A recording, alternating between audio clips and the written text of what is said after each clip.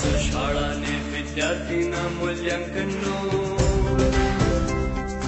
ઉશમેર લઈ ભાગને જીતીએ કિતાબ નંબર 1 નો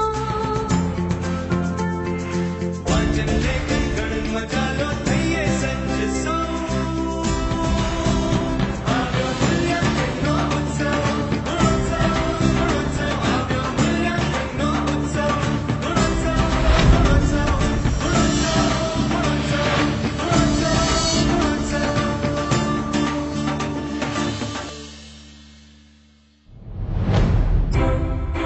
ગુણોત્સવ અંતર્ગત આપણે મુખ્યત્વે 3 મૂલ્યાંકન કરીશું. 1. શૈક્ષણિક મૂલ્યાંકન. 2. સહ અભ્યાસ પ્રવૃત્તિઓનું મૂલ્યાંકન. 3.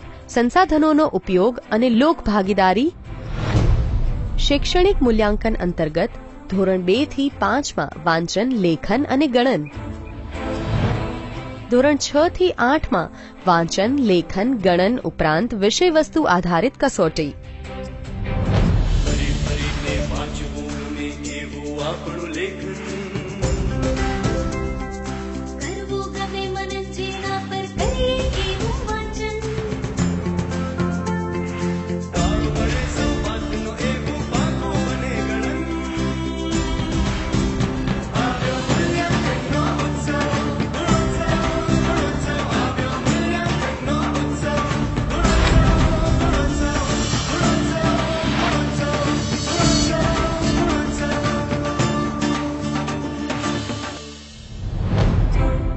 વાંચન.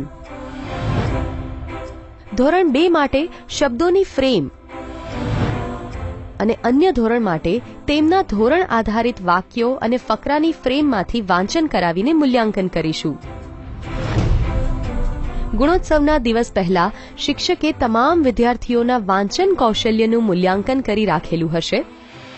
એટલે વાંચનનું મૂલ્યાંકન કરતી વખતે શિક્ષક દ્વારા કરેલ મૂલ્યાંકનના ગુણાંકન પત્રકને સાથે રાખીશું અને વર્ગના બાળકોમાંથી રેન્ડમલી 5 બાળકોના વાંચનનું મૂલ્યાંકન કરીશું. આપણે કરાવેલા વાંચનના મૂલ્યાંકન અને શિક્ષકના મૂલ્યાંકનમાં જો વધારે તફાવત જણાય તો શિક્ષકને ફરીથી વાંચનનું મૂલ્યાંકન કરવા માટે જણાવવું. વાંચનનું મૂલ્યાંકન કરતી વખતે જે તે ધોરણની વાંચનની 20 ફ્રેમમાંથી કોઈ એક ફ્રેમ પસંદ કરી વિદ્યાર્થીને વાંચન માટે કહીશું. વિદ્યાર્થી જ્યારે વાંચે છે તે સમયે મૂલ્યાંકન કરતી વખતે દરેક સાચા શબ્દ કે વાક્યના 2 ગુણ પ્રમાણે 10 ગુણમાંથી ગુણાંકન કરીશું. વાંચનના મૂલ્યાંકન માટે મુખ્યત્વે સાચું ઉચ્ચારણ, યોગ્ય ઝડપ અને યોગ્ય આરોહ અવરોહને ધ્યાનમાં લઈશું. સૌપ્રથમ ધોરણ 2 ના વાંચનના ઉદાહરણ જોઈએ.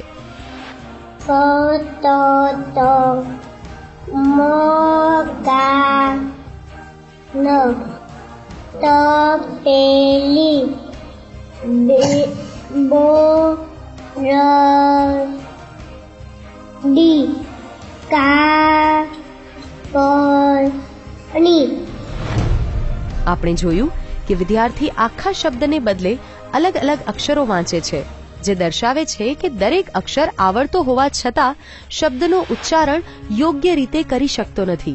તેથી આપણે 10 માંથી 5 ગુણ આપીશું.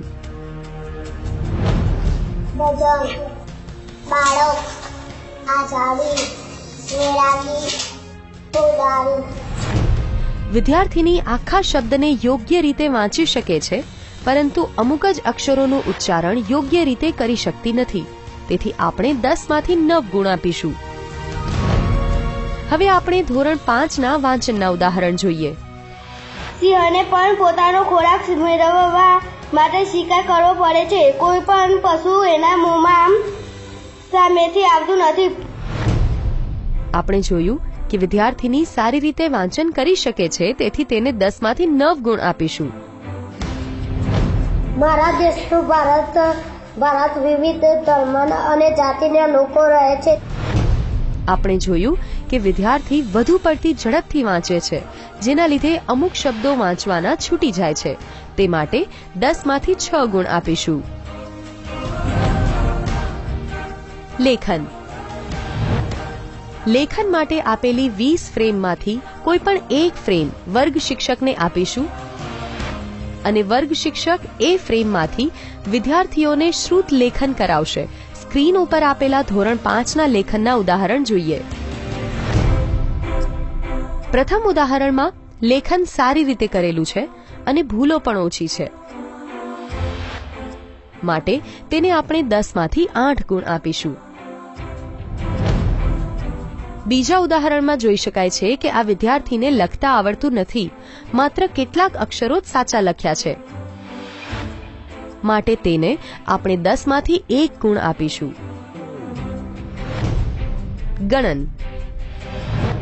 ગણનમાં આપના દ્વારા આપેલી ફ્રેમના દાખલાઓ શિક્ષક બોર્ડ ઉપર લખશે અને વિદ્યાર્થીઓ એ પ્રમાણે દાખલા ગણશે.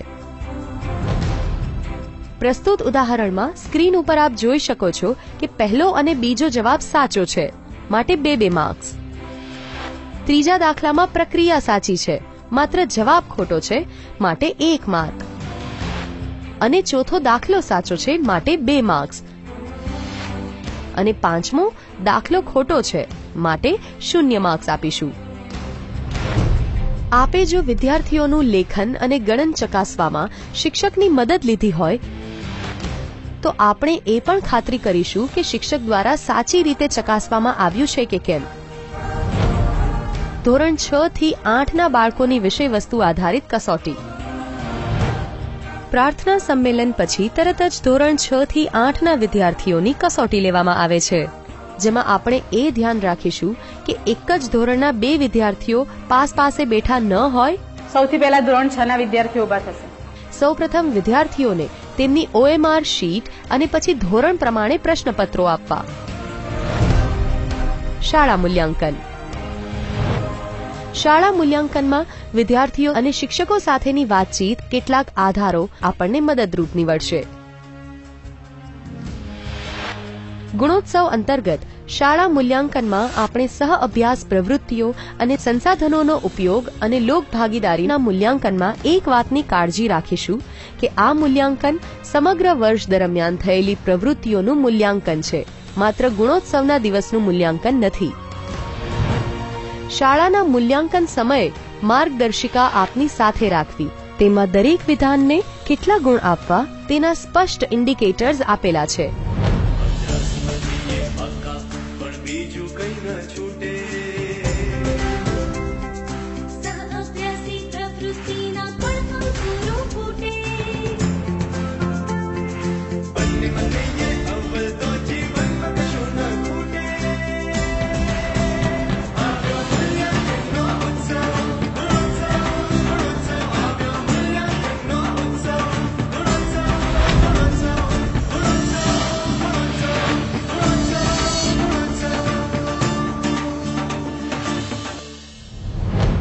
સહ અભ્યાસ પ્રવૃત્તિઓ. 1. પ્રાર્થના. 2. યોગ વ્યાયામ અને રમતગમત. 3. વિષયવસ્તુ આધારિત પ્રવૃત્તિઓ, બાળમેળો, ઇકો ક્લબ. 4. શાળા પુસ્તકાલય. 5.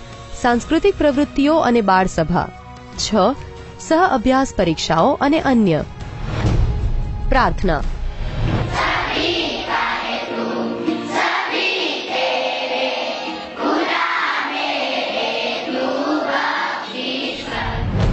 વિધાન 1.1 પ્રમાણે આ શાળામાં પ્રાર્થના સભામાં તમામ બાળકો ભાગ લે છે, માટે 5માંથી 5 ગુણ આપીશું.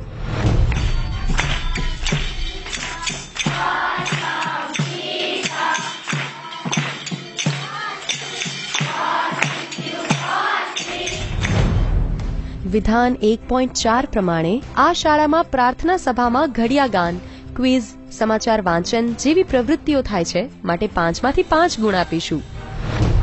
યોગ, વ્યાયામ અને રમતગમત. વિધાન 2.2 પ્રમાણે આ શાળાના વિદ્યાર્થીઓ 3 રમતોમાં તાલુકા કક્ષાએ વિજયી થયા છે અને જિલ્લા કક્ષાએ રમતોત્સવમાં ભાગ લીધો છે, માટે 5માંથી 5 ગુણ આપીશું. વિધાન 2.3 પ્રમાણે આ શાળામાં દર અઠવાડિયે નિયમિતપણે સમૂહ કવાયત થાય છે, માટે 5માંથી 5 ગુણ આપીશું. વિષયવસ્તુ આધારિત પ્રવૃત્તિઓ, બાળમેળો અને ઇકો ક્લબ. વિધાન 3.3 પ્રમાણે આ શાળાના વિદ્યાર્થીઓએ ગણિત વિજ્ઞાન પ્રદર્શનમાં તાલુકા કક્ષાએ ભાગ લીધો છે, માટે 5માંથી 3 ગુણ આપીશું. વિધાન 3.5 પ્રમાણે આ શાળાના કેમ્પસમાં ઔષધ બાગ કે કિચન ગાર્ડન ન હોવાથી 5 માંથી 0 ગુણ આપીશું. શાળા પુસ્તકાલય. આ શાળામાં શિક્ષકોની કુલ સંખ્યા 10 છે. શિક્ષકોએ વાંચેલા પુસ્તકોની કુલ સંખ્યા 60 જેટલી છે. એટલે કે સરેરાશ દરેક શિક્ષકે 6 પુસ્તકો વાંચ્યા હોવાથી વિધાન 4.1 માં 5 માંથી 3 ગુણ આપીશું. જ્યારે બાળકોની કુલ સંખ્યા 270 છે. બાળકોએ વાંચેલા પુસ્તકોની કુલ સંખ્યા 840 જેટલી થાય છે. એટલે કે સરેરાશ દરેક બાળકે 3 પુસ્તકો વાંચ્યા હોવાથી વિધાન 4.2 માં 5 માંથી 3 ગુણ આપીશું. સાંસ્કૃતિક પ્રવૃત્તિઓ અને બાળસભા. વિધાન 5.4 પ્રમાણે આ શાળામાં મહિનામાં એક જ વખત બાળસભાનું આયોજન થાય છે. માટે 5 માંથી 2 ગુણ આપીશું. સહ અભ્યાસ પરીક્ષાઓ અને અન્ય. વિધાન 6.1 પ્રમાણે આ શાળામાં ગત વર્ષે ધોરણ 8ના કુલ 30 પૈકી 7 એટલે કે 20%થી વધુ વિદ્યાર્થીઓએ નેશનલ મીન્સ કમ મેરિટ સ્કોલરશીપની પરીક્ષા આપેલી છે. માટે 5 માંથી 5 ગુણ આપીશું. સંસાધનોનો ઉપયોગ અને લોક ભાગીદારીનું મૂલ્યાંકન. 1. પાઠ્યપુસ્તકો અને મૂલ્યાંકન. 2. મધ્યાહન ભોજન યોજના. 3. પાણી અને શૌચાલય. 4. કમ્પ્યુટરના ઉપયોગ. 5. લોક ભાગીદારી. 6. અન્ય. પાઠ્યપુસ્તકો અને મૂલ્યાંકન. આ શાળામાં તમામ બાળકોએ પોતાની નોટબુકમાં અને સ્વાધ્યાય પોથીમાં લેખન કાર્ય કરેલ છે. જેથી વિધાન 1.2 માં 5 માંથી 5 ગુણ આપીશું. પરંતુ શિક્ષકશ્રી દ્વારા આ લેખન કાર્યને તપાસવામાં આવેલ નથી. તેથી વિધાન 1.3 માં આપણે તેમાં 5 માંથી 0 માર્ક્સ આપીશું. મધ્યાહન ભોજન યોજના. આ શાળામાં મધ્યાહન ભોજનના રજિસ્ટર પરથી ખ્યાલ આવે છે કે શાળાના 80% જેટલા બાળકો આ યોજનાનો લાભ લે છે.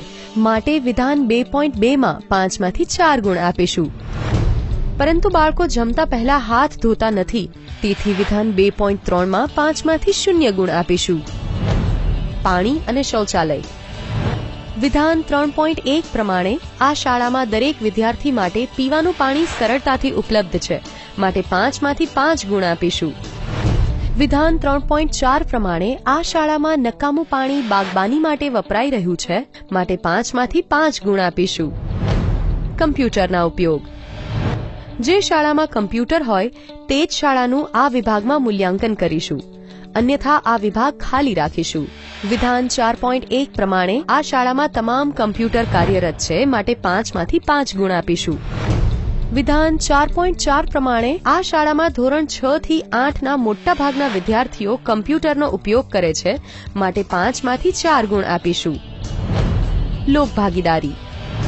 વિધાન 5.1 પ્રમાણે આ શાળામાં પ્રશ્નોત્તરી કરતા જાણવા મળ્યું કે એસએમસીની બેઠક નિયમિત મળતી નથી અને જ્યારે પણ મળે છે ત્યારે પુરુષ સભ્યોની ભાગીદારી વધારે હોય છે.